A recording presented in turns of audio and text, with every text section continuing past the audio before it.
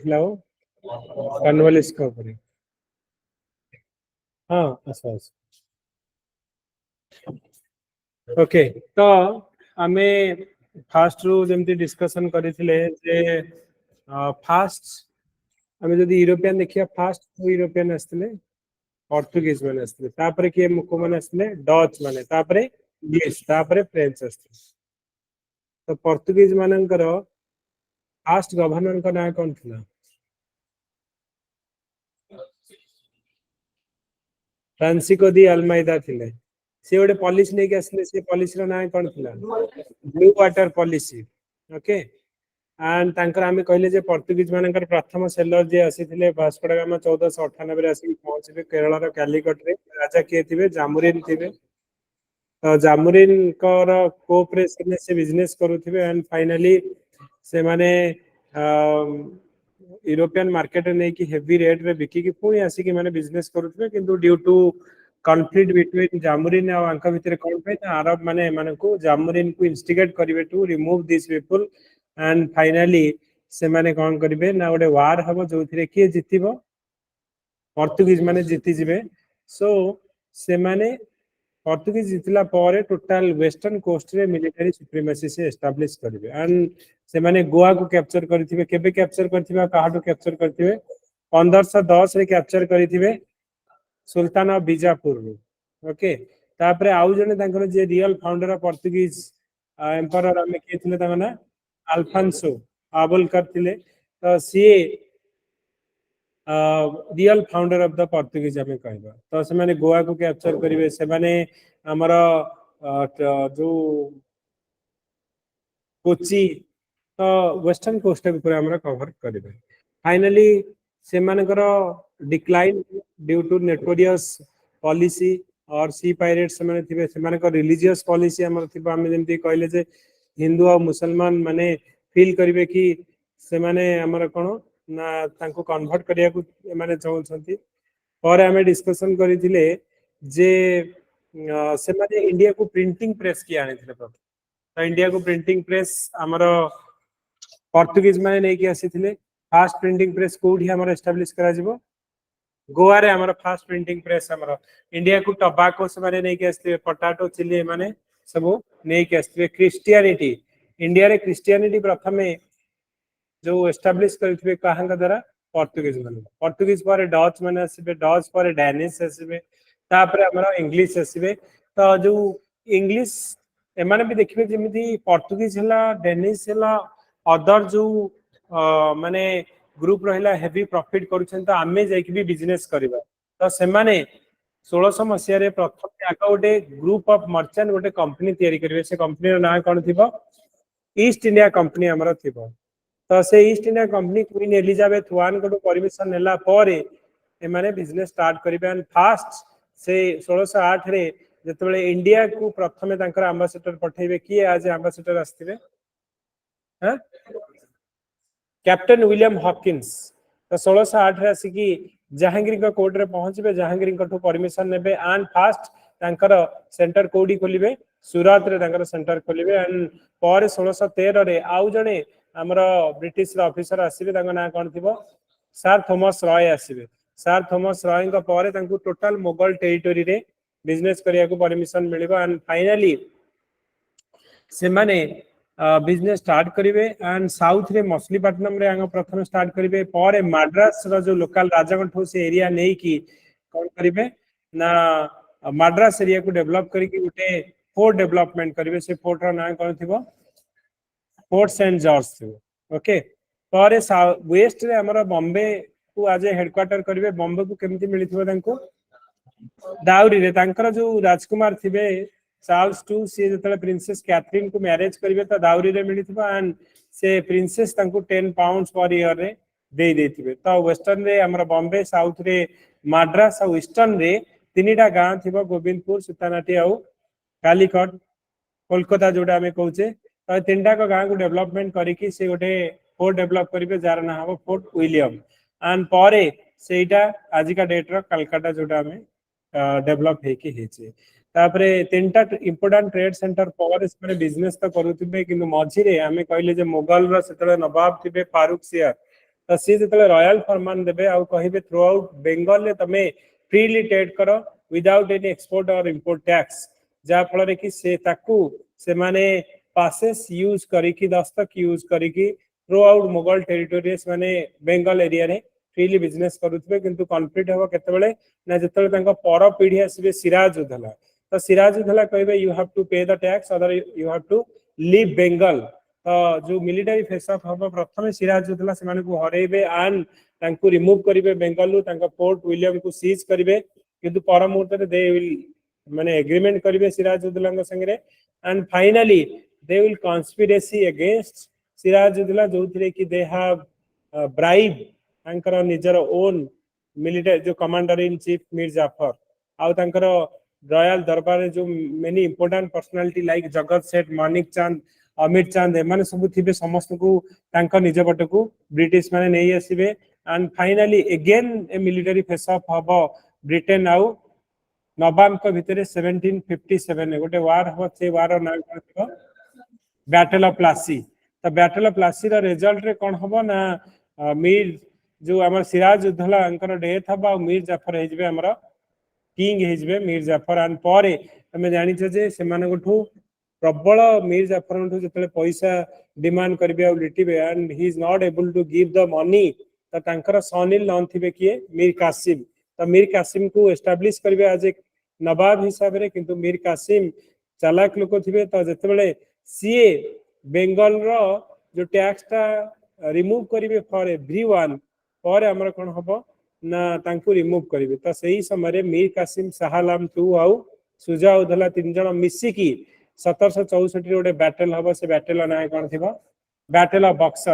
बक्सर जोडा कि हमर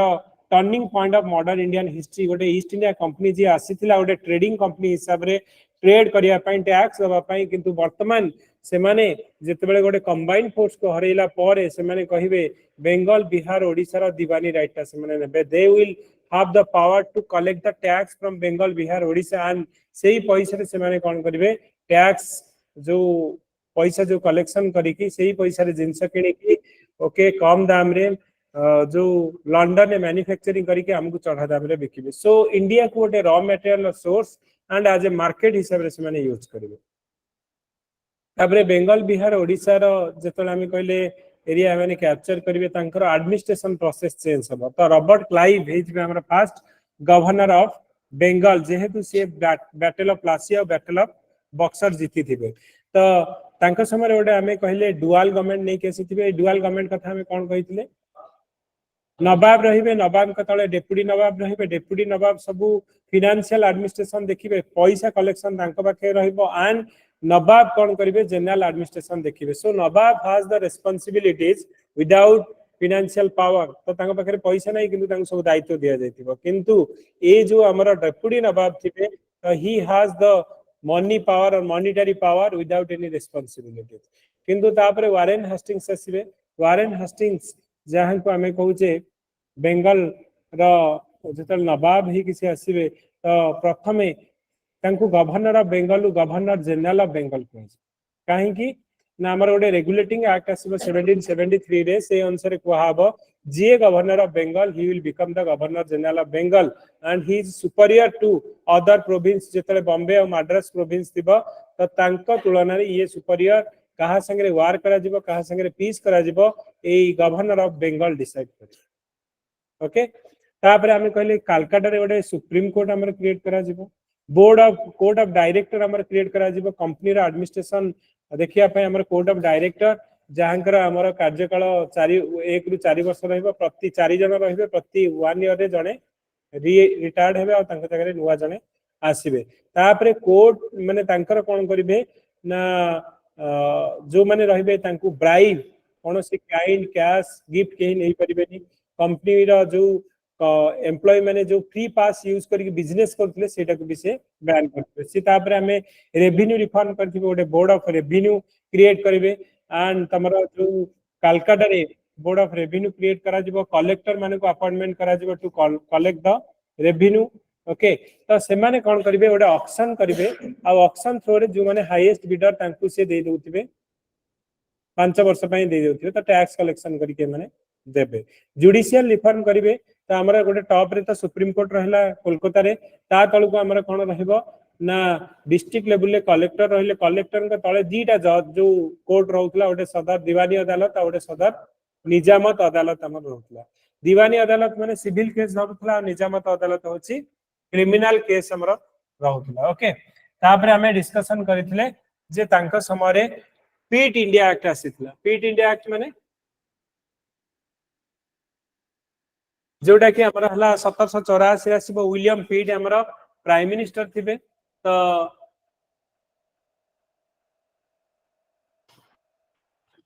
विलियम पीट हमर प्राइम मिनिस्टर थिबे तो सेही समय हमर कोन इंपोर्टेंट घटना कोन हेतिबो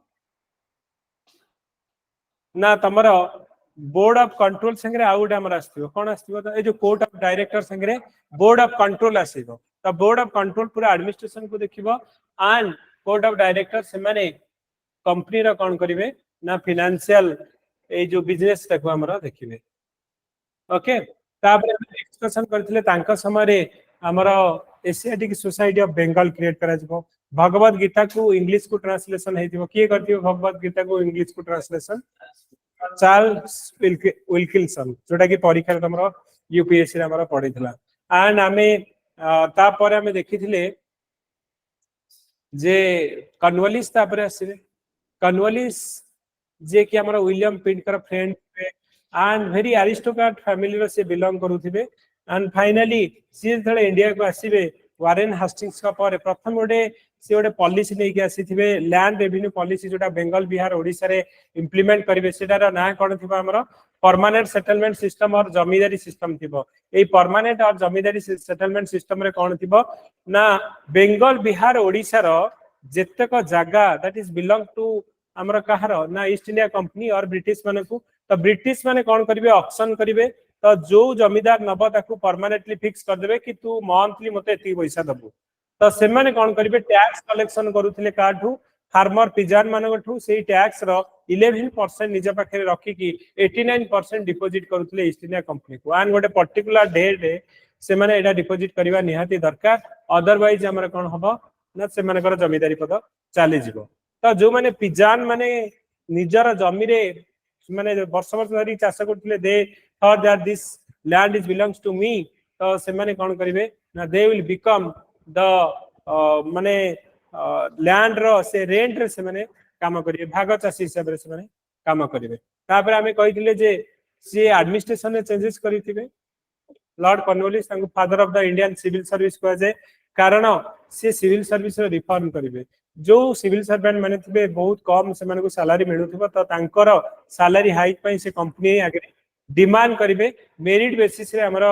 एग्जामिनेशन हो तो ता पे डिमांड करिवे तो सेति पे तांको father of the Indian government civil service बोलिया भी कह जाय तो आउ जो कलेक्टर के पाखरे दीटा पावर गोटे जुडिशियल पावर जो जुडिशियल पावर आ गोटे हमरो रेवेन्यू कलेक्शन पावर केवल जुडिशियल पावर टाकू नै जिवे एंड रेवेन्यू कलेक्शन पावर ता तांको हाथे रहिबे काहे कि ना से भाबिए कि गोटे लोक हाथे एते पावर रहिले इट इज अनडिजायरेबल तो इट लीड्स टू ऑटोक्रेसी का आडको हमरो पळेबो ताको father of the Indian police service भी कह जाय काहे कि ना पुलिस रो रिफॉर्म से करितले प्रति डिस्ट्रिक्ट को 20 स्क्वायर माइल भितरे ईच जो हमर थाना रे हमर डिवाइड करिवे एंड थाना रे इंचार्ज हमर दारोगा रहिबे ताको हेल्प करिया पे हमर कांस्टेबल भी रहिबे तो हमर जो जुडिशियल रिफॉर्म हबो जुडिशियल कोड से नै के आसीबे एंड प्लस हमर कोन करिवे ना जो कलेक्टर को तो हटे देबे डायरेक्टली जो सदर दीवानी अदालत और निजामत अदालत ए दीटा को तांको आसीजु ओके तो एति के हमें लास्ट क्लास रे डिस्कशन करते जो लास्ट दीटा का क्लास रे हमें डिस्कशन करते सो लेट्स सी तो आ परे हमर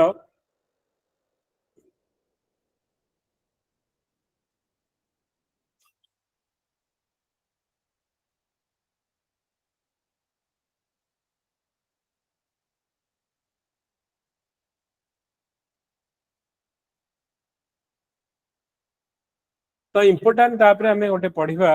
चार्टर एक्ट 1833 ए चार्टर एक्ट 1833 रे कोन हबो हमें 1773 पढिथिले 1784 पढिथिले 1833 रे आ पूर्वरु हमर कोन हबो 1813 भी गोटे थिबो ओके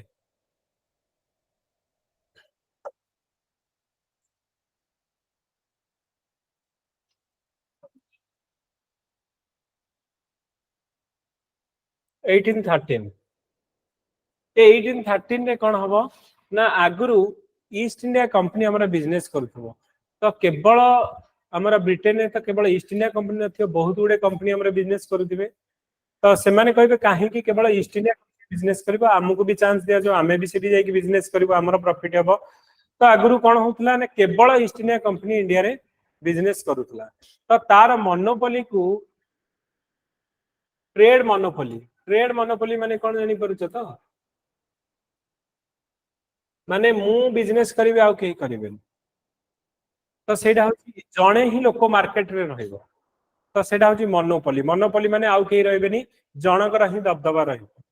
ट्रेड मोनोपोली तो से कारण ईस्ट इंडिया कंपनी ही हमर इंडिया रे केवल बिजनेस करूथला अन्य कोनोसी ब्रिटेन रो अन्य कोनोसी कंपनी भी अछि ताकू अलाउ करा जाई नथिला 1813 रे तांकू ए माने कोन कहिबे जो trade monopoly of the East India company अछि ताकू अबॉलिश कर दिया हुआ जीव जे अन्यर जो ब्रिटिश रो जो कंपनी ईस्ट इंडिया कंपनी छडा आहुरी गुडाय कंपनी अछि हमर इंडिया रे कहबा अडानी अछि अंबानी अछि बहुत गुडे कंपनी अछंदी तो सिमिलरली ब्रिटेन भी बहुत गुडे कंपनी थिबे तो सेमान को अलाउ करा जिवो इंडिया रे बिजनेस करिया पई so trade monopoly of the East India company will be abolish हमर केबे चार्टर एक्ट 1813 किंतु से माने कहबे एक्सेप्ट कोन ना ट्रेड विथ चाइना आउ कोन ना ट्रेड इन टी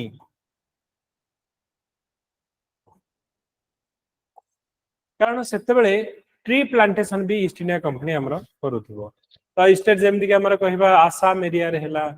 तो tree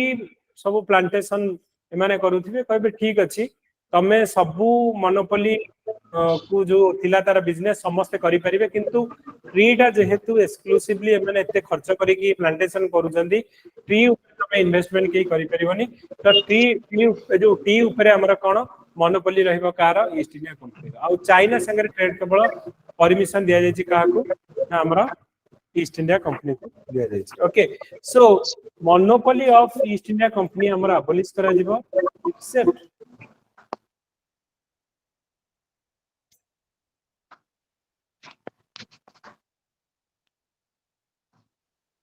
okay except trade with tea and trade with China एटा मने रखिबो आईएएस रो प्रीलिम रे पढिथिला तो 1813 रे कंपनी रो ईस्ट इंडिया कंपनी रो मोनोपोली ऑफ द ट्रेड को अबॉलिश करा जिवो कंप्लीटली अबॉलिश हेई नथिबो कोन करा जिवो abolition of the trade monopoly excluding ଆମର T trade with tea and China तो चाइना संगे ट्रेड करबा आ टी ऊपर ट्रेड करिवार काहार पावर रहइबो ना ईस्ट इंडिया कंपनी ओके तो एटा हमर चार्टर एक्ट 1813 हमर हेतिबो 1833 रे कोन हबो ना ए जो completely abolition of the monopoly of trade complete abolition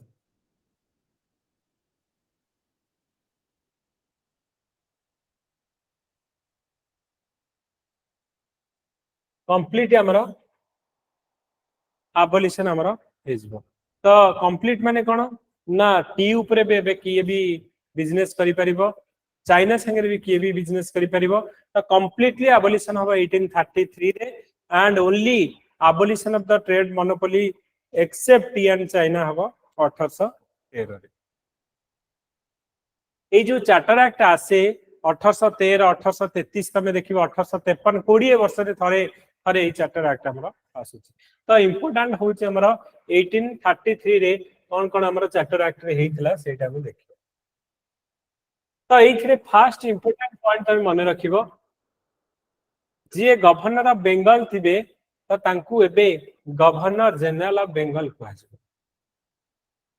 governor general of India कहजो ओके आगा में कोन कहले गवर्नर ऑफ बेंगल रु गवर्नर जनरल ऑफ बेंगल केबे केते नंबर जो एक्ट आसीबो रेगुलेटिंग एक्ट 1774 रे ओके 3 और 4 1773 और 4 ओके तो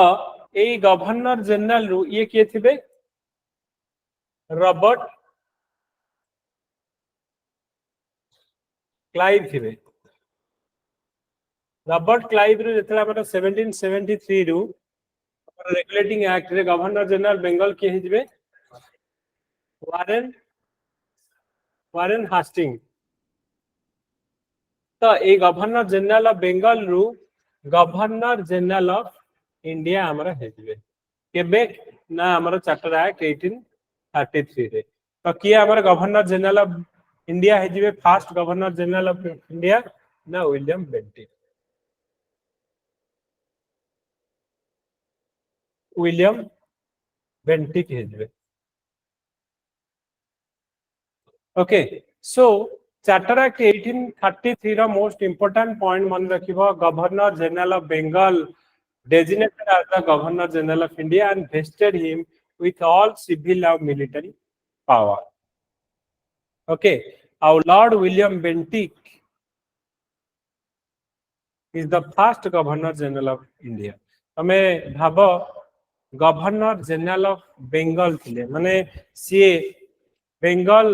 रो गवर्नर जनरल और मद्रास और आ ऊपर हमर कोन रहउतला ना सुपरवाइज करूथिले का संगे वार करा जिवो का संगे पीस करा जिवो सो मोर पावर तांको रहउतला किंतु जतले गवर्नर जनरल ऑफ इंडिया हे गले he has the exclusive power to make law for the whole territory in India जोडा ब्रिटिश रो जो एरिया गुडा को थिबो इंडिया रे टोटल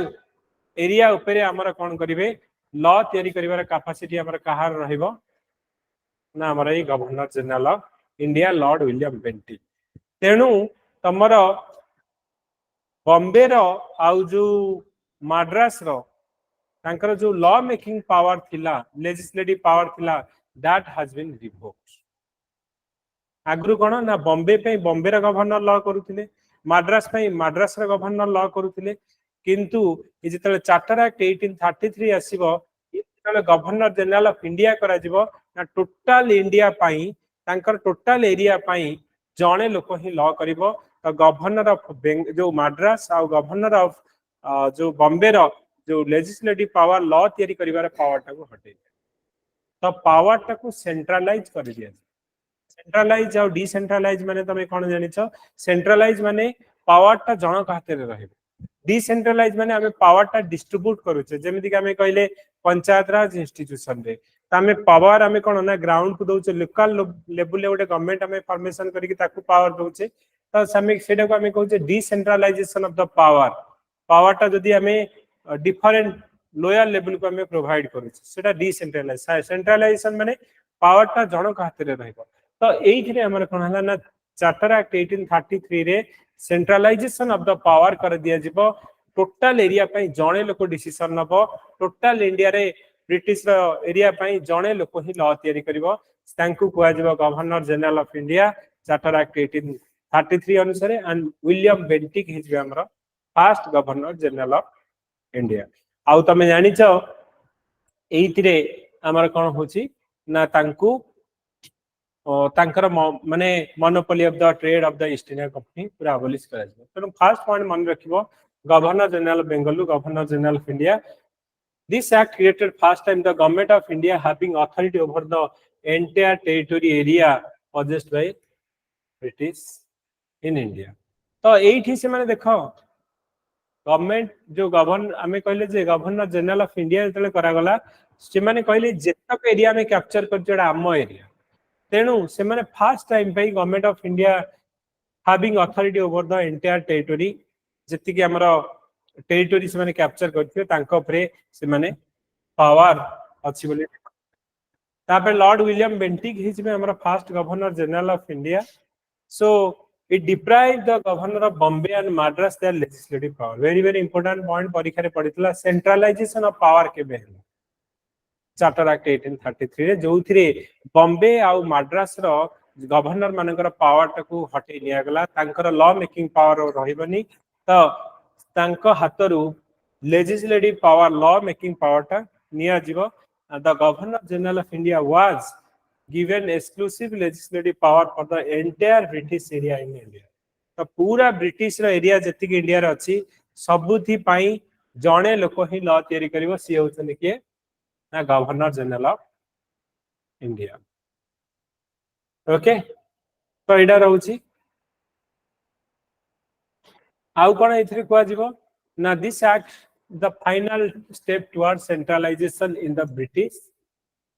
तो आमे कहले पावर टा सेंट्रलाइज करा जीवो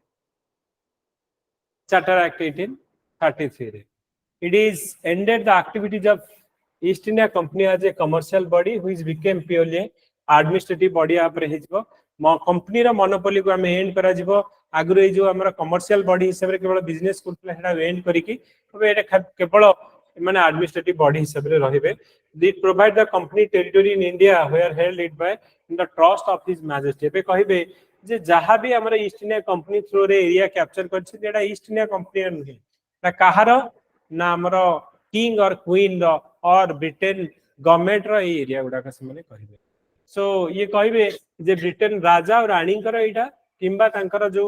पर पीढ़ी आसीबे तांकर माने टोटल कहिया कलेटा ब्रिटिश रो गवर्नमेंट रो और ब्रिटिश रो किंग और क्वीन को under area and charter act 1833 रे हमर introduce a system of open competition for selection of the civil service से समय हमर मैकाउले थिबे तो मैकाउले कमिटी कोन कहबो कि इंडियन मानको जदि हमें एडमिनिस्ट्रेशन रे इन्वॉल्व करिया को चाहूचे तो तांको पई भी हमर ए जो सिविल सर्विस ओपन करा जाउ से माने भी पार्टिसिपेट करंतु जदि इंडियन माने हम संगे रहिबे से मानकर ट्रस्ट हम ऊपर बढ़िबो सो दैट हमें अधिक दिन इंडियन मानको शासन करि परिबा तो डिसीजन मेकिंग रे फ्यू इंडियन मानको हमें इन्वॉल्व करिबा तो सेति पई से ए जो सिविल सर्विस को ओपन करिबा कथा कहिबे किंतु किछि ब्रिटिश लोक थिबे से कहबे नाइ नाइ इंडियन मानको एथे इन्वॉल्व करन तो जा फल रे कि एडा कोन हबो ना अडॉप्टेड हे परिबो ना किंतु ए कांसेप्ट हमर आसीथिबो चार्टर एक्ट 1833 रे पर जेतेबेले 20 वर्ष पर 1853 आसीबो सेठी से माने राजी हेबे आउ हमकु सिविल सर्विस रे पार्टिसिपेट करिया पे अलाउ करा छै सेति भाई हमर कोन ना सिविल सर्विस जो फास्ट हमर चार्टर एक्ट 1853 रे आसीबो त इंडियन माने पार्टिसिपेट करिवे रविन्द्रनाथ टैगोर का फैमिली हमें सत्येंद्रनाथ टैगोर जे के हमर फास्ट सिविल सर्वेंट इंडिया रे जे हमर क्वालिफाई करबे ओके सो एमाने कहिबे चार्टर एक्ट 1833 रे introduce a system of open competition for selection of the civil servant so stated that Indians should not be debarred from holding any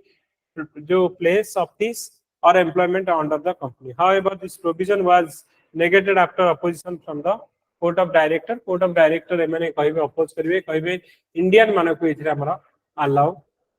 OS 2015 question थिला which act did change the designation of Governor General of Bengal to Governor General of India. Okay. Charter act 1833 हमें कहले तो charter act 1833 रे हमर governor of Bengal governor general of India एटा करा छै हमें कहले जे विलियम बेंटिक हे जे first governor general of India and जो बॉम्बे आउ मद्रास रे जो गवर्नर थिबे तांको हाथरू लेजिस्लेटिव पावर ता तांको हाथरू निया है 2007 रा आईएएस रा क्वेश्चन थिला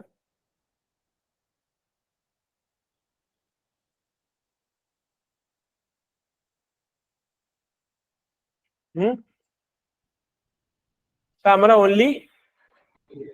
B William Bentinck was the first governor general of India में कहले ना चार्टर एक्ट 1833 रे and Robert Clive was the first governor general of Bengal एटा भूल अछि वारेन हास्टिंग्स जदि पढ़ी थांता Robert Clive was the first governor of Bengal ताल ठीक और Warren Hastings was the first governor general of Bengal ताहले ठीक दीटा ठीक हेतांदा Robert Clive was the first governor of Bengal not governor general of Bengal okay तो आंसर कोन हबो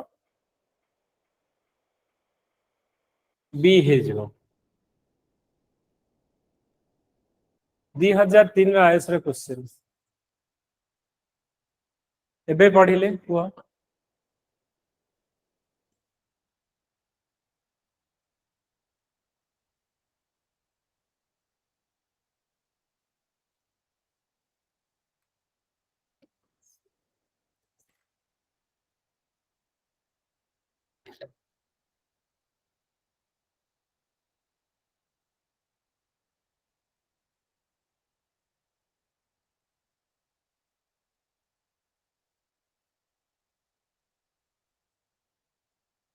कौन पचार कोडा नुहे आ भितर नॉट पचारि छला कोडा भूल पचारि तमे कोडा ठीक खोजिबन कोडा भूल पचारि फर्स्ट स्टेटमेंट देखो चार्टर एक्ट 1833 रे trading activity of the East India Company's were to be abolished हमें कहले ना नहीं trading monopolies of East India Company completely abolished करा जिवो तो फर्स्ट स्टेटमेंट ठीक अछि second statement the designation of the supreme authority was to be changed to governor general of India in council तो हमर कुहाबो governor general of Bengal governor general of India कुहा जिवो एटा भी ठीक अछि all law making power to be conferred on governor general in council yes total हमर लॉ किए तयारी करिवो गवर्नर जनरल ऑफ इंडिया तांको काउंसिल तयारी करिवे सेटा ठीक अछि and Indian to be appointed as the law member in the Governor General Council एटा रहा इंडियन माने को एपर्यंत एसोसिएटेड करा जाय नाही तो एई जो प्रथम इंडियन जो हमरो वाइस रॉयकर हमर आसीबे तांको काउंसिल गोटे मिनिस्टर हिसाब रे अपॉइंटमेंट करा जिवो 1909 रे हमें पढिबा मल्लेमिटो रिफॉर्म रे Satyendra Prasad Sinha S P Sinha first Indian जे लॉ मेंबर हिसाब रे हमर ऐड हितबे तो एटा एबे नुहे एटा हमर केबे आसीबो ना 1900 आम कथा हूँ 1833 कथा पढ़ुचे 1909 मल्ले मिंटो रिफॉर्म रे आसबो जोटा कि हम पढ़िने आगु को पढ़िबा तो दिस इज नॉट करेक्ट आउ सबुडा करेक्ट अछि ओके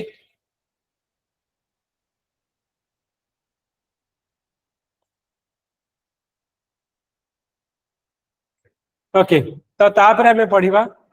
हमें कहले प्रति 20 वर्ष रे हमें 1813 1833 1853 तो 53 ने हमर कोन हितला हमें देखिबा चार्टर एक्ट 1853 रे हमर कोन हितला Now, this is the last series of Charter Act passed by the British Parliament between 1793 and 1853. It was a significant constitutional landmark. कौन पाई ना first time pi the executive and the legislative function of the Governor General Council separate करा जायथियो प्रथम तो हमर कोन ना आगुरु सेई governor general आउ तांकर काउंसिल लॉ भी तयारी करूथिले तांकु लॉ भी इंप्लीमेंट करूथिले किंतु फर्स्ट टाइम पई तमर लॉ तयारी करिया पई आउ गोटे बॉडी क्रिएट करा जे से माने दिजन जाक गोटिए काम करूथिले गवर्नर जनरल आउ तांकर काउंसिल कोन करूथिला लॉ तयारी करूथिला आउ से माने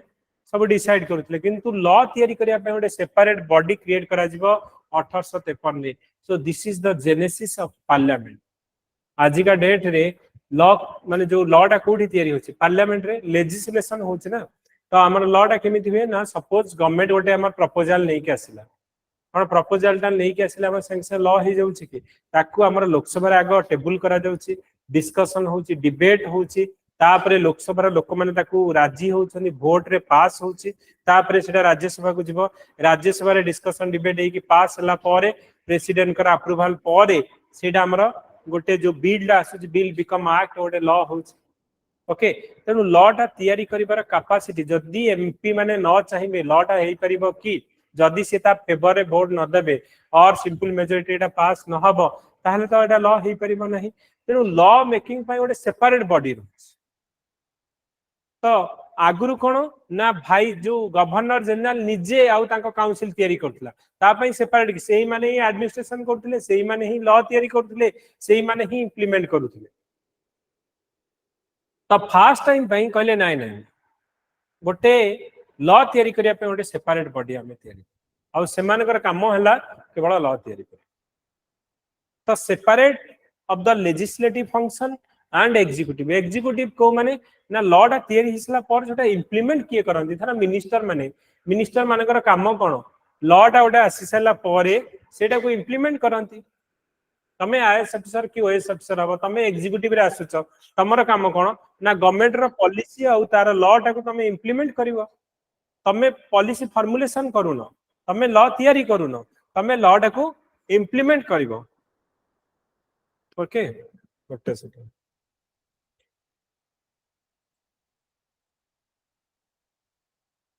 गोटे मिनिट के सर नमस्कार आज्ञा सर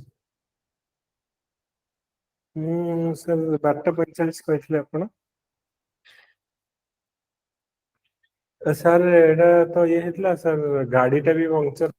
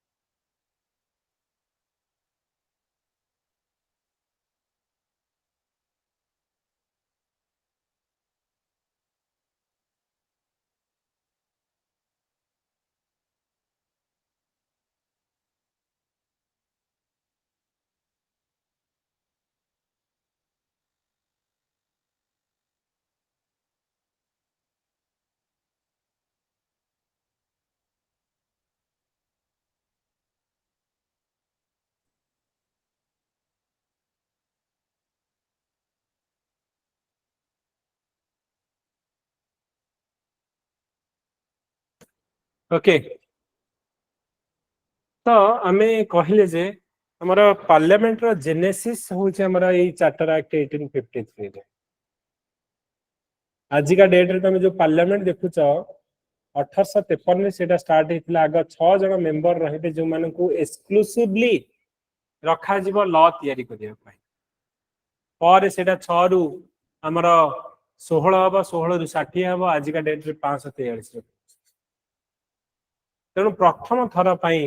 6 जण मेंबर रहिबे legislative councillor. It provide the addition of 6 new member called legislative councillor to the council. तो जो 6 जण रहिबे से कोन करिवे ना केवल लॉ थियरी से 6 रु प्रथमे हमें जतले पढिबा 18 हमरो 1892 बेले को हबो तो सेते बेले को से माने कोन करिवे 6 रु 16 16 रु 60 हेबे 1909 रे तापरे धीरे धीरे एटा बढ़िबो ओके आज का डेट रे हम जो कहूचे 543 टा सीट तो आर जेनेसिस हेथिबो 1853 it provide an addition of 6 new member called legislative councillor to the council. In other word, it establish a separate governor general's legislative council. तो गवर्नर जनरल करो गोटे लेजिस्लेटिव काउंसिल विंग रहिबा जे कि केवल लॉ तयारी करबा which came to known as the Indian central legislative council पर जोटा कि हमें कहूचे लोकसभा और हमरा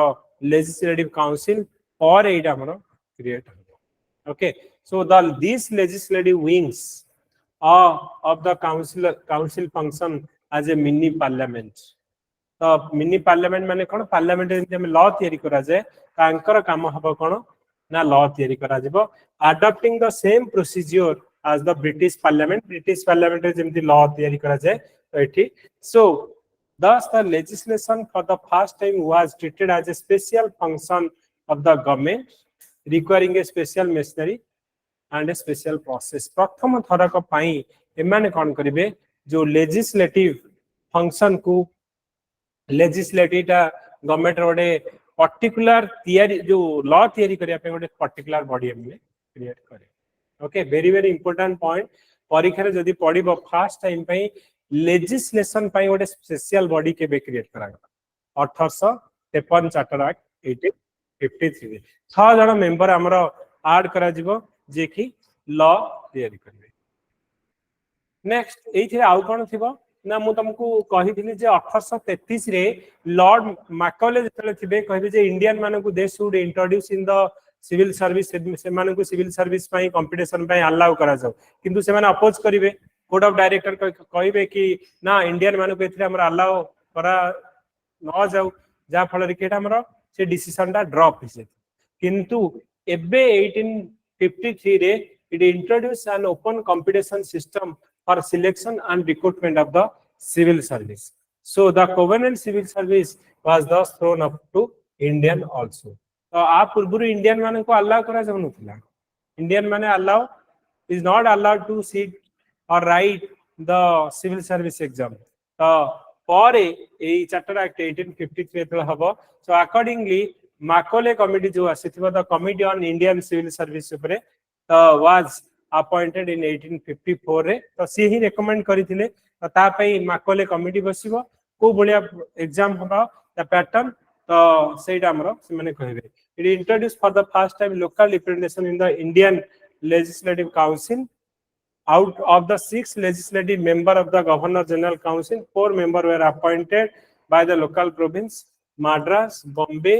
Bengal Agra जो 6 जन लॉ तयारी करिबा भितरे हमर 4 जन लोकल लोक रहिबे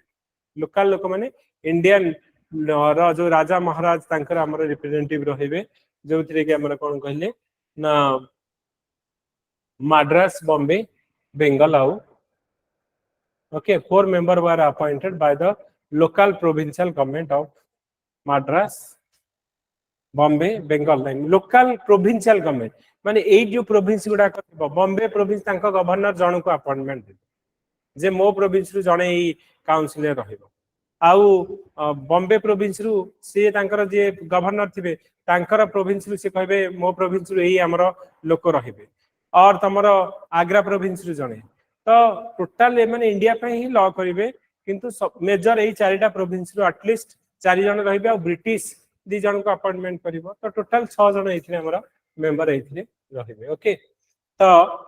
हमें देखिबा एथिरे कोन ओडे 2006 रो क्वेश्चन पडिथिला क्वेश्चन दा करो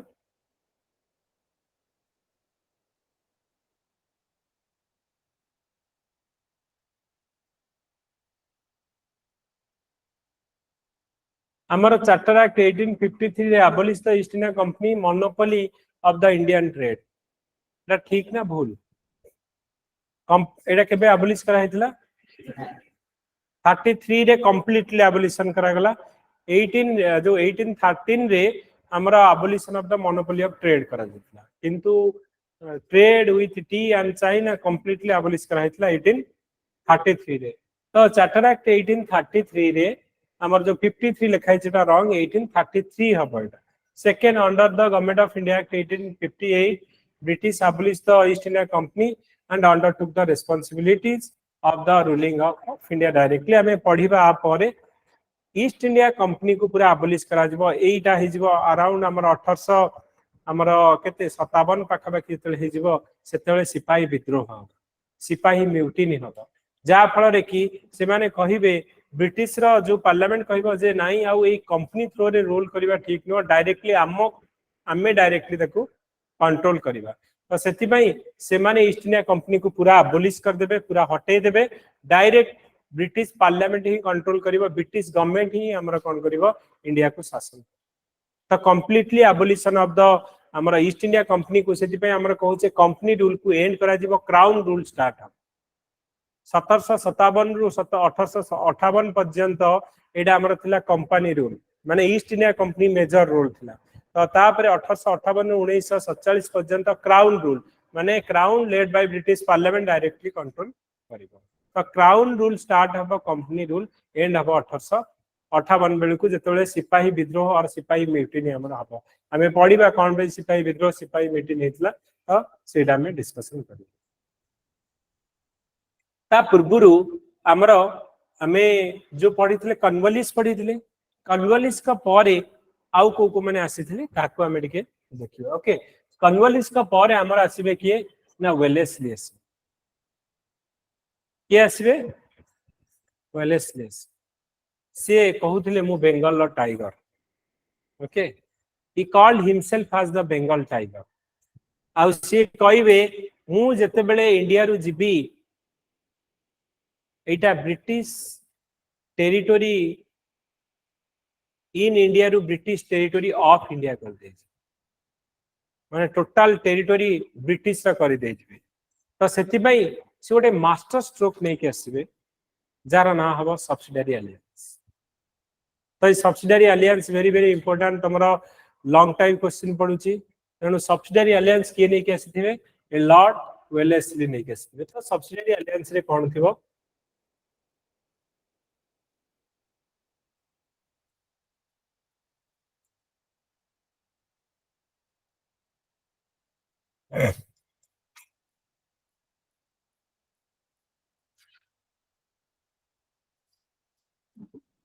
स्टोरी होचे या जे ये जेतले बेंगल बिहार ओडिशा को कैप्चर करिवे माने पावरफुल हेबे धीरे धीरे हमठो पैसा माने नै कि तांकर आर्मी बढ़ेबे तो सही समय जेतेबेले एमाने धीरे धीरे बढ़ुथनि अन्य मानकर भी समस्त इंडिया को इन्वेट करंती अलेक्जेंडर भी इन्वेट करिवे अरब माने भी इन्वेट करिवे तो अलगा फ्रेंच माने भी अछन तो केमिति जो टेरिटोरी एते जिंसस माने एक्वायर कलेनी ताको केमिति प्रोटेक्ट करा जाय हमरा इंडिया रो वेस्ट पटे यदि हमें देखिबा ए वेस्ट पटु जमन शाह जे अफगानिस्तान सी अटैक करियार चांस अछि एपडु हमरा अलेक्जेंडर अटैक करिवार अछि नेपोलियन हमरा अटैक करिवार अछि तापरे आरब माने भी अटैक करियार अछि तो केमिति समान ताको निज टेरिटोरी को प्रोटेक्ट करिवे से सेतिबे गोटे प्लान करिवे जार ना हबो कोन ना सब्सिडियरी अलायंस एइथिरे मेजर कोन ये कहिबे गोटे राजा संगे तर जहा संगे से सब्सिडियरी अलायंस करिवे तांको प्रथमे ऑफर दिया जे ओ देखंतु हमर त एते आर्मी अछंती आपण जानिथिबे आउ आमे जहा संगे जहा पटे आसु से तो निश्चित जितिबो तेनु से दि जण तक राजा भितरे जण को चूज करिवे कहबे आज्ञा मो संगे यदि आपण साइन करूछंती सब्सिडियरी अलायंस आपण कराउ किछि भय नै मु आपण को पूरा फुल प्रोटेक्शन देबी जदी कोनोसी जदी बाहर कोनोसी शत्रु आपण को अटैक करिवे मु आपण को प्रोटेक्शन देबी राजा ताले खुश जे ब्रिटिश रो पूरा गोटे आर्मी एते बड़ा आर्मी जे कि वर्तमान most powerful in the country तो मते जदी प्रोटेक्शन देबे ताले बहुत भलो कथा किंतु कंडीशन ये कहबे त कंडीशन गोट थरा सुनि दियो कोन मु कहूची तुमको प्रोटेक्शन दिया जिवो सब्सिडियरी अलायंस रे फास्ट कथा हला तमे जदी मो संगे sign करिवो we will give you full protection against any type of danger from outside or inside जदी बाहर की अटैक करथनि कि मा तम निज लोक सपोज जो रिबेल कले रिवोल्यूशन कले ताले हमें सप्रेस करिवो ओके कंडीशन होचे या जे तमे तमरा आर्मी रखिबो आमर तो पूरा मॉडर्न आर्मी रहिला तमे तमर सोल्जर आ रखिबनी आमर सोल्जर कोन रहिबे ना तमर कैपिटल रे रहिबे माने तम स्टेट भितर रहिबे तांकर रहिबा खाइबा सैलरी अलाउंस जहा खर्च पेंशन सैलरी अलाउंस रहिबा खाइबा पे जहा खर्च तमे सेटा बिया ओके राजा जी एग्री हबो तमर आर्मी तमे रखिबनी आमर आर्मी रहिबो तांकर जेहेतु तमको से प्रोटेक्शन दउछंदी तम पाई रहिबे तो तांकर सैलरी अलाउंस जहा भी खर्च हबो किए दबो तमे दबो जदी न देई पले कोन करिवो तम राज्य रु किछि पार्ट देई दबो आमे सेथि टैक्स कलेक्शन करिकि तांकर cost of living cost of salary allowance सेथि आमे दबो ओके कारण से राज्य जेतल कले माने टैक्स कलेक्शन करिवे से टैक्स ता कोन करिवे ना सेथि रे आउ हमर बिना परमिशन रे तमे आउ कहा संगे रिलेशनशिप रे रहिबनी माने तमे पर्टिकुलरली फ्रेंच माने हमर शत्रु तेणु आमर बिना परमिशन तमे अन्य कोनोसी राजा संगे रिलेशनशिप रखि परिबनी किंबा कोनोसी यूरोपियन पावर पर्टिकुलरली फ्रेंच मानको संगे रिलेशनशिप रे रहिबे ओके तेणु एटा होची सब्सिडियरी अलायंस तमे गोटे कथा मार्क कर केते चालाक थिले से गोटे राजार मोस्ट इंपोर्टेंट पावर होची कोन ना तार निजर मिलिटरी पावर तार निजर मिलिटरी पावर रहिला कि से आउटसोर्स कर दिला जण वर्तमान ब्रिटिश रा मिलिटरी पावर पे से डिपेंडेंट कोन कहले जे हमर तमर मिलिटरी पावर मिलिटरी किछि रहिबेनी ब्रिटिश रा मिलिटरी तमर रहिबे ओके सेकंड कथा ला हमर बिना परमिशन ने तमे यू शुड नॉट माने कहा संगे रिलेशनशिप रे रहिबनी पर्टिकुलर यूरोपियन जो माने फ्रेंच माने हमर शत्रु आउ कोनोसी इंडियन किंग संगे जदि भी रिलेशन रखुछ हमर परमिशन ने माने तमर एक्सटर्नल अफेयर जो आमे कहू जे इंडिया का संगे रिलेशनशिप रहिबो ना रहिबनी आमे रशिया संगे रिलेशन में रहिबा ना न रहिबा से कोन अमेरिका डिसाइड करिवो कि त हमर फॉरेन रिलेशनशिप भी गोटे राजार नहीं गला कि ना ब्रिटिश और से माने महा चालाक थिले से माने कोन कले कहले हमर जो माने सोल्जर अछंती से माने सब ओल्ड वर्जन रो सोल्जर ए खंडा तरुवाल चलबनी आमे त तोप रखिछु उड़ै देबु तमर मॉडर्न वेपन हम पाखरे अछि त तमर एरा रखिया दरकार नै तमर से माने कोन कले ना तांकर मिलिटरी एक्सपेंशन सोल्जर मानकू रिक्रुटमेंट करि चलले तांकर पावर मिलिटरी पावर बढ़ै चलले कहा पैसा रे तांका हातरु डंगाटे खर्च होला कि राजांग पैसा रे तांकर मिलिटरी कले आउ एते पैसा मागुथिले जे राजा कोन करिवे पैसा देई परिबे न देई पाले कोन कंडीशन हेतिला तमे तम राज्यर फाळे देई दबो आमे सेथिरु कलेक्शन माने बिना युद्ध रे सीए तांकर मिलिटरी पैसा माने एक्सपांड करि चलले राजांग पैसा रे आउ बिना युद्ध रे से राज्य के भी से हासिल कर देले तले एते पैसा राजा देई न परिबे तो सेही राज्य भी तांका हातरु पळे आसे so this is one of the master stroke थिला हमरा ब्रिटिश इंपेरियलिज्म रो और लॉर्ड वेलेस्ली रो तो सी कोन कले ना जते आर्मी बढ़ई चलिबे तो नॉर्थ ईस्ट एरिया गुडा को जो हमरा वेस्ट एरिया गुडा को मिलिटरी बढ़ई की सेव कर देबे जदी बाहर भी की अटैक करबो सी भी एटा बफर स्टेप माने जो स्टेट माने क्रिएट कर देले तो प्रथमे तांकू अटैक करके भीतर को आइला बेलू दे विल बी रेडी आ माने एते बड़ आर्मी तयारी कर देथिले जे एमान को चैलेंज करिया को केन परे राजा जे मूर्ख राजा सी कोन करिवो ना जे खुशी हे कि ना ब्रिटिश माने मते तो सपोर्ट करूछथि किंतु रियली जदी देखिबा ब्रिटिश माने कोन कले ना तार मिलिटरी पावर नहीं गले तार हमरो एक्सटर्नल अफेयर रिलेशनशिप पावर नहीं गले एंड फाइनली का राज्य भी ताहातरु जीवो तो गोटे स्लो पॉइजन हिसाब रे गोटे जी साइन करूथला स्लो पॉइजन हिसाब रे से माने तांकर हमर कोन होची पॉलिसी रे ट्रैप करि दोथले तमर जेमती होची चाइना रे ड्रेप ट्रैप पॉलिसी चाइना कहिबो जे आपनकर किछि भाबिबार नाही केते पैसा दरकार मु ब्लैंक चेक देबी तुम ओके चाइना ब्लैंक चेक दिए पैसा चेक दिया होची तमर जहा पैसा तमे लेखि कि नियो ओके जोटा को हमें कहूचे cheque book diplomacy of China तुमको एते लोभ देखैबो जे कहिला श्रीलंका को कहिला दे दे मु तमरो हम्बन तोटा डेवलपमेंट करिवि तमरो केते कोड जदी इंटरनेशनल एयरपोर्ट इंफ्रास्ट्रक्चर करिवि तमरो टूरिज्म बढ़िबो तमरो इकोनॉमी बढ़िबो हाथी घोड़ा कहि कि ताको देखैकी कोन कले ना ह्यूज इन्वेस्टमेंट ताकर श्रीलंका रे कले आ एते से माने इन्वेस्टमेंट कले जा पल रे श्रीलंका पाखरे सेति के पैसा नै जोडा कि सुजिया तो सुझिया जदि पैसा नहीं ताले कौन करा जीवो ताहले तमर जो एरिया टा डेवलपमेंट करिछु जो पर्यंत मो पैसा मते न मिली तमर एयरपोर्ट मो पाखे बंधा पड़ी सो 99 इयर्स पर्यंत वर्तमान Hambantota airport is under China the supervision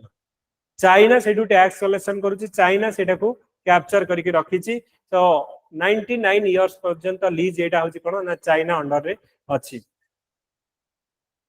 तेणु एटा गोटे कोन ना तुमको आग हेवी लोन देला तुम न सुझी पाले से एरिया तुम नेउथलो गां गली रे भी सेमिति होतला ना तुमको तुम जमी बंधा पके कि आनुथलो कोन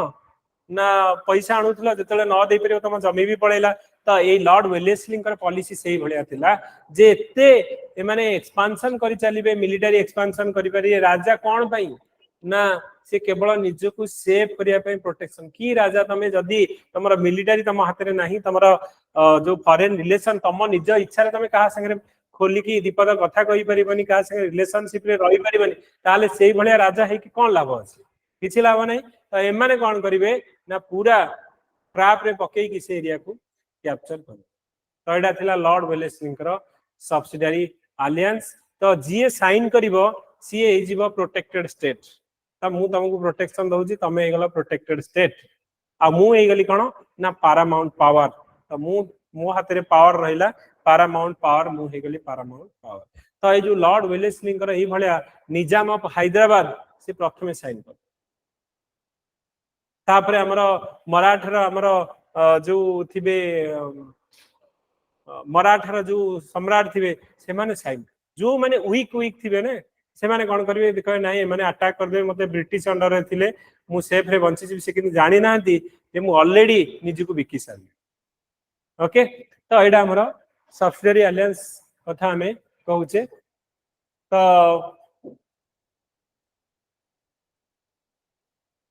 ये वेलेस्ली सब्सिडियरी अलायंस कौन कहबा ना he was a great imperialist and called himself Bengal tiger बोली निजु कहले and Wellesley came to India with a determination to launch a forward policy in order to make the British Empire in India into British Empire of India कहले नाही British India रे British empire नै India टा ही हमर British रा empire okay तो सेटा से नै कि जिवे तो एथिरे से कोन करिवे ना ए सब्सिडियरी अलायंस गोटे हमर कोन करिवे ना पॉलिसी नै कि आसीबे तो ए सब्सिडियरी अलायंस कोन थिला हमें देखु देखिबा ए सब्सिडियरी काहे कि से सब्सिडियरी अलायंस नै कि आसीबे मु तुमको जेमति कहिली वेस्टर्न पटटा तांकर पोरस कारण समस्त अटैक करंती अरब माने हो कि हमरा मोगल माने जो हमरा मंगोल रु जेमति आसीथिले तो समस्त सेही पटु ही आसंती तो डेंजर ऑफ जामन शाह नॉर्थ वेस्ट एडा हमर कोन करिछि ना ए नॉर्थ वेस्ट फ्रंटियर जो एरिया टा रहिला पाकिस्तान अफगानिस्तान सेही पटु अटैक होबार चांस अछि सो डेंजर ऑफ जामन शाह जे कि aggression pose a serious threat to British power in India. Similarly, North और Central India रे मराठा मानकर हमर रहउछि दबदबा. Similarly, निजाम ऑफ एथिरे हमर कोन ना एथिरे हमर फ्रेंच मानकर भी हमर कोन रहउछि ना जो डर रहउछि कर्नाटक रीजन भी हमर टिपू सुल्तान हमें कहले मैसूर रीजन को जितिया पई तांको चारिटा वार करिया को पड़िछि तो मैसूर माने सेपटु टिपू सुल्तान कर डर रहउछि तो एमाने कहिबे मु कोन करबी जा फलरे कि मु आर्मी टा को मु आगे बढ़े को ट्राई तो एते पैसा इन्वेस्टमेंट मु कोन करबी ता बदल रे एमाने कोन करबे ओटे मास्टर प्लान आनी कि एई सब्सिडियरी अलायंस आनिबे के मु तो सैन्य तो बढ़ेबी मिलिटरी बढ़ेबी किंतु मो पैसा रे अन्य जन को पैसा रे ता राज्य भी नेबी तार पैसा रे मोर आर्मी बढ़ेबी ओके तो एइथिरे कोन हला ईस्टर्न साइड रु नेपोलियन मानकर भी नेपोलियन रो अटैक रो भी एमाने को डर थिबो ए सब्सिडियरी अलायंस रे कोन हमरो कहजो तो एइथिरे कहजो जे जदी को भी इंडियन रूलर एटा को साइन करूचे subsidiary alliance with the British has to maintain a contingent of British troop in his territory ता निज राज्य भितरे तार सैन्य को से बाहर करिवो ब्रिटिश रा सोल्जर माने ता कारण प्रोटेक्शन दांग देबे आ राजा को कहले नाही तमर से खंडा तरुआल चलिबनी ठेंगा बाड़ी चलिबनी हमर तोप अछि हमर सोल्जर आम सोल्जर ही तमर सेठी रहिबे ओके तो ब्रिटिश रा troop in his territory they will install the British troop in his territory it was commanded by a British officer राजांकर सेनापति फेनापति कि नो हमर कोन ना ब्रिटिश रा जणे कमांडर्स ताकू कंट्रोल करिवो तेणु तमे जेहेतु मो संगे एग्रीमेंट कल आम भीतर गोटे एग्रीमेंट हो गला मु गली paramount power तमे हेगला प्रोटेक्टेड स्टेट तुमको प्रोटेक्शन दरकार ना तमे हेगला protected state okay a british thereafter known as the paramount power okay मु तुमको मु पावरफुल लोक मु तुमको प्रोटेक्शन प्रोवाइड करेबी okay next it was the duty of the British to safeguard ए माने कोन कंडीशन लिखा हो एग्रीमेंट रे एग्रीमेंट पेपर रे लिखा हला जे तुमको जदी एक्सटर्नल किंबा इंटरनल किछि भी अटैक होची हमें तुमको बंचेबो बाहर जदी को राजा अटैक कला हम आर्मी तुमको बंचे और तुम निज लोक जदी रिवोल्ट कले तुम अगेंस्ट रे हमें तुमको बंचेबो so it is the duty of the British it is the duty of the British to safeguard the state from external aggression and to help the ruler to maintain internal peace यदि बाहर की attack कला external aggression आमे तुमको protection करिवो आ internal peace पई जदि लोक भी किछि रिबेलियन कले और रिवोल्ट कले सेथि आमे तुमको प्रोटेक्शन दबो ओके पर कोन हबो ना एथिरे ए सब जिनसर एग्रीमेंट तो हमर हला तमे प्रोटेक्टेड स्टेट मु पैरामाउंट पावर तम ट्रूप रहबनी मोर ट्रूप रहबो मोर कमांडिंग ऑफिसर रहबो एंड तमे कोन करिवो ना मु तुमको प्रोटेक्शन प्रोवाइड करबी तापर केमिदी ए लोक मानक मु जेहेतु रखी छि तांगा सैलरी अलाउंस किए दबो ना तमे दबो so protected state should give some money और give a part of his territory to the British to support this subsidiary force ए जो हमरा आर्मी फोर्स रहिले से माने को सैलरी अलाउंस पेंशन खाइबा रहिबा सबुथि पाई तमे कोन करबो जहां भी तांकर खर्च हला you have to give some money और तमे कोन पैसा दि न देई परछ तम राज्य रु पार्ट ऑफ योर टेरिटरी दे दियो आमे सेथु टैक्स कलेक्शन करिकि करि the protected state should cut off its connection with the European power other then English आम छडा तमे आ कहा संगे रिलेशनशिप रे ओके पर्टिकुलरली मोर एनिमी फ्रेंच मानक संगे तमर किछि रिलेशन कारण सी मोर कंपीटिटर तेनो आइदर तमे जदी फ्रेंच मानक संगे रहउछ ताल तमे हमर फ्रेंड ही परिबनी ओके तो एमाने कोन होछन ये कहले जे protected state should cut off its connection with the European power other than the English and with particularly French मानक संगे तो बिल्कुल अन्य पोर्तुगीज की एमाने हेले चलिबो कारण हमें समुदी बाबू तांका जियो बाहागर होइचे हम कंट्री तो सेटा हमें अलग भाबियो किंतु फ्रेंच मानक संगे तो हमर बिल्कुल नहीं okay and the state should forbidden to have any political contact with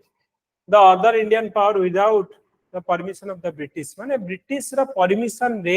तमे यूरोपियन पावर हो किंबा इंडियन भीतर अन्य को राजा संगे अलायंस करबा हो तमे करबनी विदाउट आवर नॉलेज और विदाउट आवर परमिशन ओके तापरे the ruler of the protected state should keep a British resident at his court and disband his own army हमें कहले जे तमर तम राजा का कोर्ट रे तमर जेंति नवाब का तले जन डेप्यूटी नवाब थिले सिमिलरली तम कोर्ट रे जने ब्रिटिश रो हमर ऑफिसर रही ओके से देखिबो कोडो अटैक होची कोन होची तुमको स्ट्रेटजी कहयो okay so he should not employ European in his service without sanction of the paramount power paramount power should not interfere in the internal affair of the protected state तबे खाली से बसिबो किछि करिवनी तमरा किछि डे टू डे एक्टिविटीज और तमरा जो administration ने से किछि इंटरफियर करिवनी और से खाली रहइबो हमको लागुची पांड्यान जदी खाली हमर कहबे जे नवीन पटनायक आज प्रिंसिपल एडवाइजर है कि अछंती कि ही is not interfere in any decision making he is doing all the decision तेणु ये जो ब्रिटिश रा ऑफिसर रहिबे कोआ गला एग्रीमेंट रे नै से खाली रहिबे कोनसी एडमिनिस्ट्रेशन प्रोसेस रे इंटरफियर करिवेनी but he will take all the decision तेणु तमे बुझी पारछ ना नै तो जो ब्रिटिश माने ये जे लोक बहुत चालाक थिला केमिति थिला ना तार निजर सैन्य बढ़ेला आउ जन को पैसा रे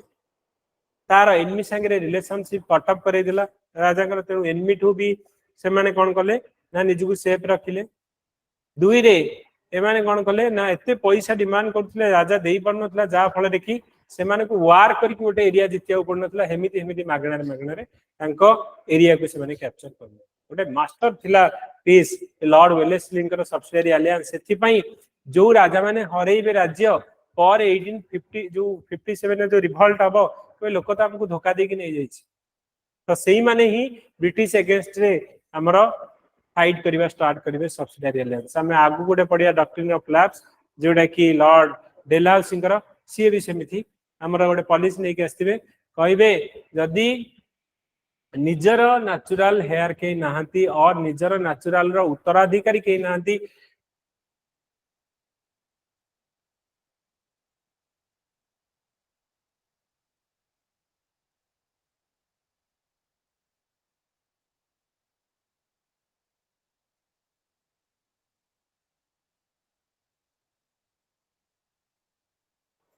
Not audible, sir. Sir, your voice is not audible.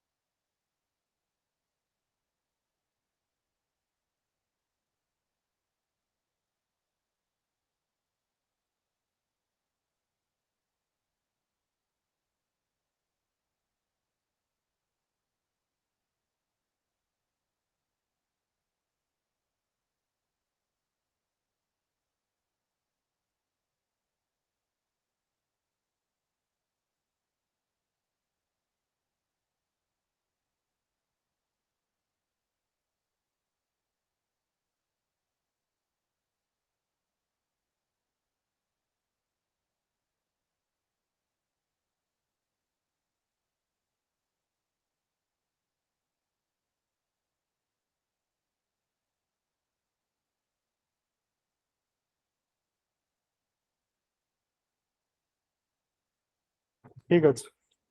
So now it is audible to all से इटा आनी देलानी एटा इठी चार्ज बसी दिथानी और ठीक अछि छाड़ दियो नाउ ऑडिबल ओके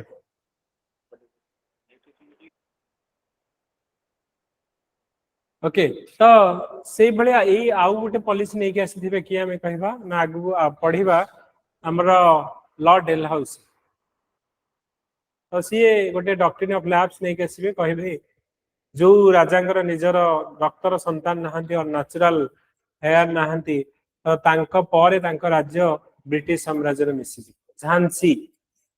झांसी रानी कर निजर के नथिले तो सी अडॉप्टेड करथिले जने सन धर्मपुर चढ़ी ओके आउ गोटे राजांकर एमती नहीं जाइथिले एरिया कहले आगे मोर निजर संतान अछि ना प्रूव कर से जाइथिले तांको फोन खोजी के आनी के तांको देखेले तांकर डीएनए टेस्ट हला तापर तांको राज्य फेरैथिले कहले नाही तम नेचुरल सन अछनी तेनु तमरा राज्य तुमको दिया हेगला ओके नागपुर झांसी संबलपुर संबलपुर रानी जे मोहना कुमारी थिले तो राजांकर डेथ पर तांकर के नेचुरल माने अधिकारी नथिले तो सेति पई वीर सुरेंद्र साय तांको भाई थिले कहले मो भाई मरि गेले कोन हो मु तो अछि तो राज्यर अधिकार मु हेबी तो जतले सुरेंद्र साय को न मिलिला तो जतले संबलपुर को से माने हमर अनेक्सेशन कर देले सुरेंद्र साय फाइट करिवे तो सेति पई 1857 रो संबलपुर भी जाइथिबो तो वीर सुरेंद्र साय सेति पई फाइट करूथिबे सी आउ तांकर भाई हजारीबाग जेल रे माने थिबे तांकू छड़ी के आनिथिबे लोक तापरे माने वार करूथिबे ब्रिटिश मानक संगे संबलपुर नागपुर जयपुर तापर झांसी सतारा ये सबू एरिया को से गोटे झटकार माने बिना युद्ध रे माने कैप्चर करके नहीं जाइथिबे गोटे पॉलिसी थ्रो रे गोटे नोटिफिकेशन थ्रो तो एई भले जो राज्य जीव से तो फाइट करिवो झांसी की रानी कौन 1857 रिवॉल्ट कारण तांको राज्य चली जाइथिला सिमिलरली हमरो संबलपुर रे हमरो वीर सुरेंद्र साय काई फाइट करथिले कारण तांको अधिकार भी चली जाइथिला ओके तो जो मानकर अधिकार जीव तमठू तम राज्य छड़े की जड़े हमरो गरदारी करके नहीं जाइछि तो तमे तो फाइट ही करिवो ओके तो सब्सिडियरी अलायंस सिमिलर थिला तो सब्सिडियरी अलायंस मु तुमको आउथे रिकॉल कर दोछि जेडा लॉर्ड वेलेस्ली नै के आसीथिले तो इथिरे मेजर पॉइंट होछि जे जो स्टेट एटा को हमरो साइन करथला ताको प्रोटेक्टेड स्टेट आ ब्रिटिश को पैरामाउंट पावर कह देउथला कंडीशन हला the king should not kept his own army से British army in his territory रखिबो ब्रिटिश रो जो फोर्स रहिबे ताकर सैलरी अलाउंस और पेंशन पाई जो जतिक amount the king has to pay otherwise he have to give a part of his territory to maintain the subsidiary force without the amara British permission you cannot have a relationship or connection with the European power particularly French manako sangre or any Indian ruler manako sangre relationship rakhi paribo nahi okay आ तांको court रे जने हमर कोन हेबे British रो resident रहिबे जे कि कहिले ये हमें इंटरफेयर किछि करबोनी so Hyderabad was the first state Nizam of Hyderabad एडा को साइन करबे ओके वेलेस्ली रो सब्सिडियरी अलायंस तापरे अमाउंट इज पेड वर्ष को 24 लाख टका तमे दबो आ ये अमाउंट एते हाई जे राजा देई बन नथले 24 लाख न देई पेले कोन करबो हैदराबाद चल गला हातरु okay so in accordance with the treaty all the French troops in the Hyderabad were disbanded and replaced by a subsidiary force जहा तमरो माने फोर्स तांकर थिले आगुरु तो ताकू हमर कोन करिवे ना हमर ताकू हटै की ब्रिटिश रो फोर्स एथे हला तो हमर निजाम ऑफ हैदराबाद हला अवध हला so the threat of invasion of Zaman Shah of Afghanistan was pretext for the Wellesley to force the Nawab of power to enter into subsidiary force similarly गुडाए माने एरिया कोन करिवे तांजोर सूरत हमर कर्नाटका एई गुडा का सब गुडा का हमर कोन करा जिवो ना सब्सिडियरी अलायंस रे इंक्लूड करा जाइथिबा ओके तेनु सेति पई he turn the East India company from a trading company to imperial power से आसीथिले त बिजनेस करिया पई तो किंतु हमें कहले बेंगल बिहार ओडिसा परे माने मेजर एरिया एमिति भी कैप्चर करनी तो गोटे इंपेरियल पावर गोटे हमर ट्रेडिंग कंपनी गोटे पूरा एम्पायर माने तयारी कर दे इंडिया रे ओके ता जदी इवैल्यूएशन देखिबा this is the master stroke of the British imperialism okay so he increase the military strength of the company at the expense of the protected state राजा का पैसा रे निजर ये सैन्य बढ़े बढ़े चलिले पैसा देला राजा तांकर जदी न देला तांकर राज्य भी गला ओके तांकर एनिमी को हटेवा पे जो माने एनिमी तो हटेवा पे राजा को जतले तांको पाकु आसिले मानकर भी शक्ति बढ़िला ना नहीं अब यही राज्य गुड़ा सांगे मिलिटारी अलायंस करिसेंती तो डेफिनेटली अन्य माने जतले देखिबे तो एते बड़ा आर्मी अछन एते ता संगे राजा अछन अन्य माने देखि डरिबे okay so it is increase the military strength of the company in India at the expense of the protected state. The territory of the company was freed from the ravage of war, thereby establishing a stability of British power. ताको कहीं challenge करि परिबेनी एते बड़ army एते राजा तामा पछरे अछदी तो definitely से माने किछि फियर हो और तांकर अटैक रु एमाने निजकु प्रोटेक्ट करिक रखिले. The position of the British was strengthened against the Indian and non-Indian enemies. तो तांकर एनिमी हो इंडियन होंतु कि नॉन इंडियन होंतु सबु एनिमी रु एमानकु से निजकु बंचे की रखि परले. Under this system expansion of the British power become easy. So thus Wellesley diplomacy made the British paramount power in India. तो ब्रिटिश को गोटे paramount power ये OS 2015 गोटे question पड़ितला. Who was the first native ruler of India to accept subsidiary alliance? Nizam of Hyderabad. आमे कहले Hyderabad. Okay एडा होचे हमर कोन ना तमरा वेलेस्ली कर हमर सबसिडियरी अलायंस चार्ज रेटा बसई देलेनी ठीक अच्छे एटा चालू था एडा नै कि बसई देनी एडा देनी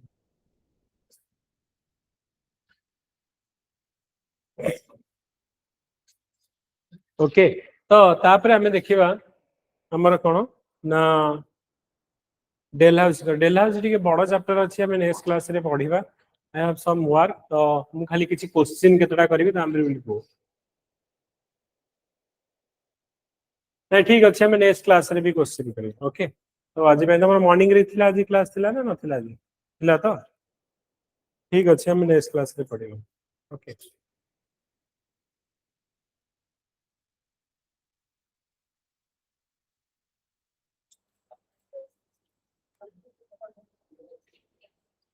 आप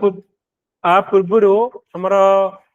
ए जाय हमें कोन 1857 जाय 1857 जाय नबा ता पूर्वरु मु तमरा फ्रेंच मानकर मैसूर केमितिला मराठा केमितिला एडा कैप्चर कोडा कवर करिबा. एंड जतक इंपोर्टेंट हमें कहिले जो अछि लॉर्ड वेलेस्ली हला डेलहाउस हला आ जो मानकर अछि से मानकर कवर करी आ जदी चार्टर एक्ट किछि रहला ताको कवर करी कि प्रीवियस क्वेश्चन पूरा गोटे थरो फास्ट रु ए जाय करिबा. एंड मेन रा क्वेश्चन कोन पडिछि कवर कर दबा तापरे हमें 1857 पुनी आगु को. ओके सो लेट्स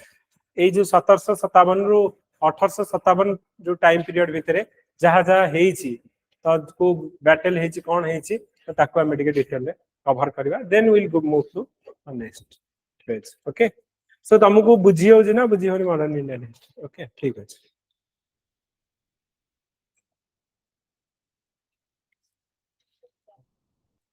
ओके ठीक अछि. Thank you everyone.